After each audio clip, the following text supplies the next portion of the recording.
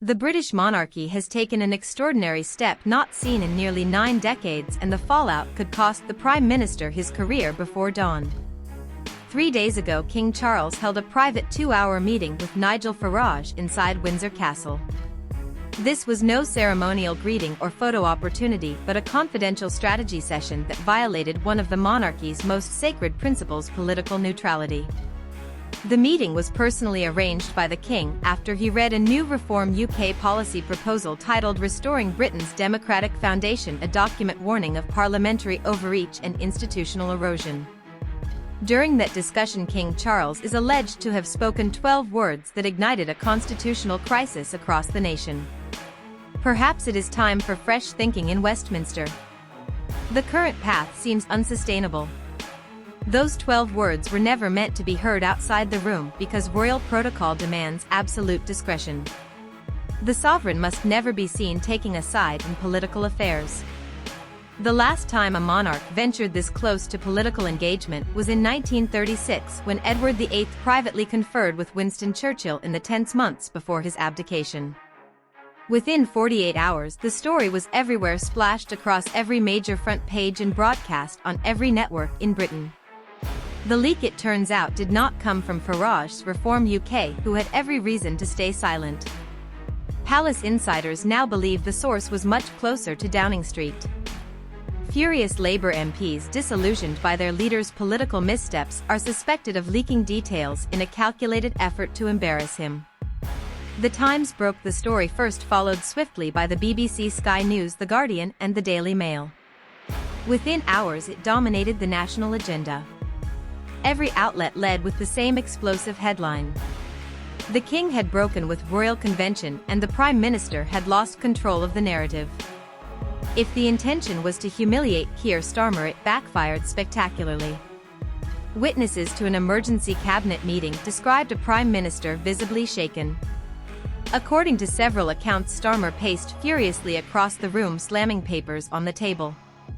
Deputy Prime Minister Angela Rayner later described him as a man possessed. Then came the moment that may define or end his premiership. Multiple sources confirmed that Starmer struck the cabinet table with his fist and shouted, "If Charles wants to play politics, I will show him how the game is really played." The monarchy serves Parliament, not the other way around. He has forgotten his place. Gasps filled the room and ministers exchanged stunned looks, yet Starmer continued. Education Secretary Bridget Phillipson later recounted that he pressed on, saying 30 years of constitutional tradition that is just old men in fancy clothes playing dress up. This is 2025, not 1725. If he wants a fight, he has got one. No sitting Prime Minister in modern history has spoken of the monarch in such openly defiant terms, not during the abdication crisis, not during the turbulence of the Diana years, not once. Within hours, his remarks leaked as senior civil servants quietly messaged journalists, ministers whispered to trusted contacts in the press gallery, and what followed was nothing short of political detonation. The internet erupted as hashtags condemning Starmer trended to the top of every platform. Within 6 hours, pro-monarchy accounts flooded social media. Clips of Starmer's past speeches began resurfacing, edited and captioned with biting commentary. This is what happens when Republicans take power.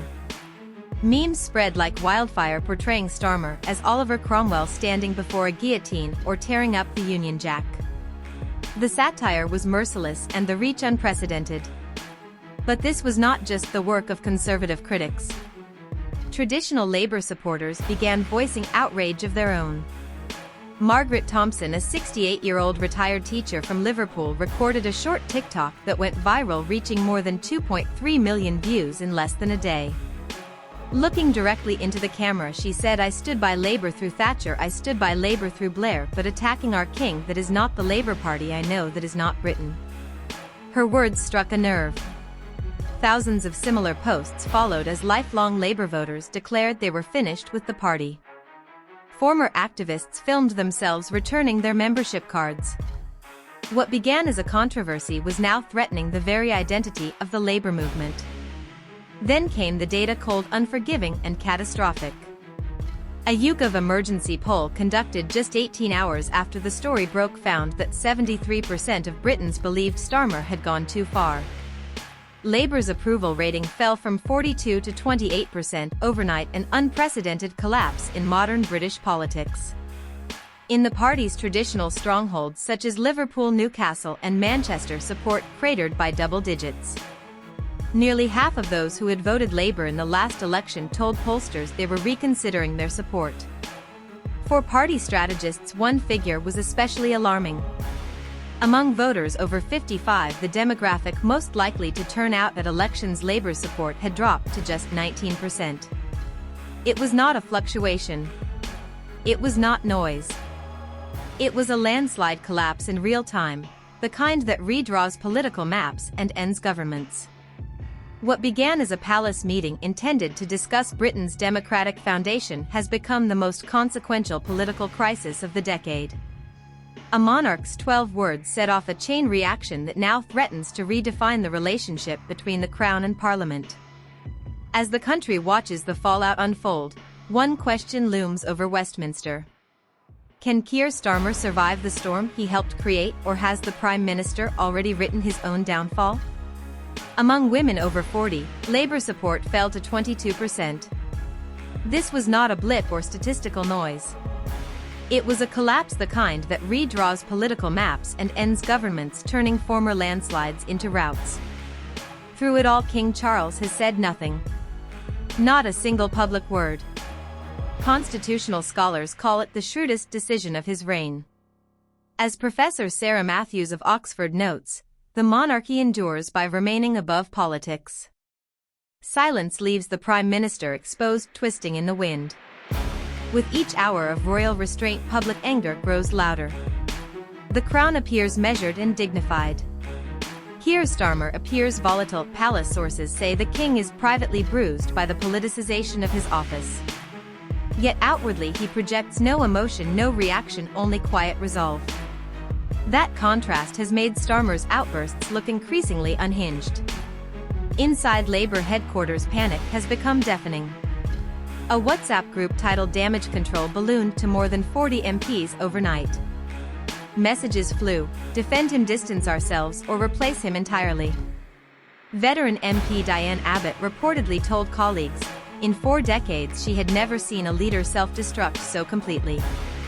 Succession chatter began at once. Angela Rayner, Rachel Reeves, and even whispers of Ed Miliband were mentioned as interim steady hands. Transport Secretary Louise Hay resigned after what sources describe as a ferocious confrontation with the Prime Minister. 2 junior ministers quit within hours, and Rachel Reeves, the Chancellor and Starmer's closest ally, was conspicuously absent from the airwaves. Her silence said more than any interview. Nigel Farage moved with precision to exploit the crisis. Outside Reform UK headquarters, flanked by Union Jacks, he delivered what supporters hailed as the speech of his career. While others attack the king, reform stands with the Crown. While others dismantle tradition, reform defends it.